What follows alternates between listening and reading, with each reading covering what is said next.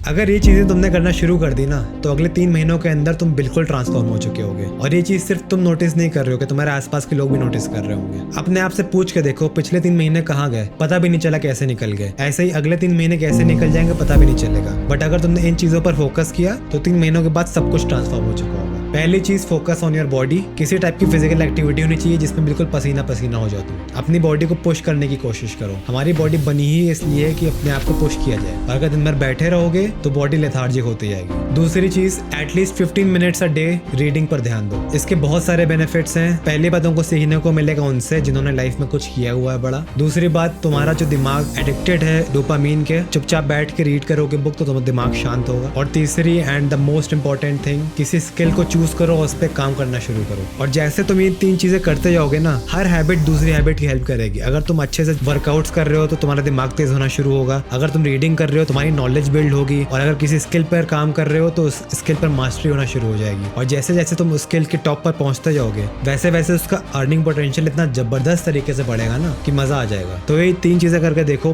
बस 3 महीने की बात है। उसके बाद न्यू ईयर भी शुरू हो जाएगा और फिर सिर्फ तुम खुद ही नहीं, तुम्हारे आसपास के लोग भी नोटिस करेंगे कि भाई तुम कर क्या रहे हो आजकल। काफी कुछ, तुम्हारी पर्सनैलिटी, तुम्हारा फिजिक, हर चीज चेंज हो चुका होगा सिर्फ 3 महीने के अंदर। 3 months is all it takes to build the foundation for the rest of your life.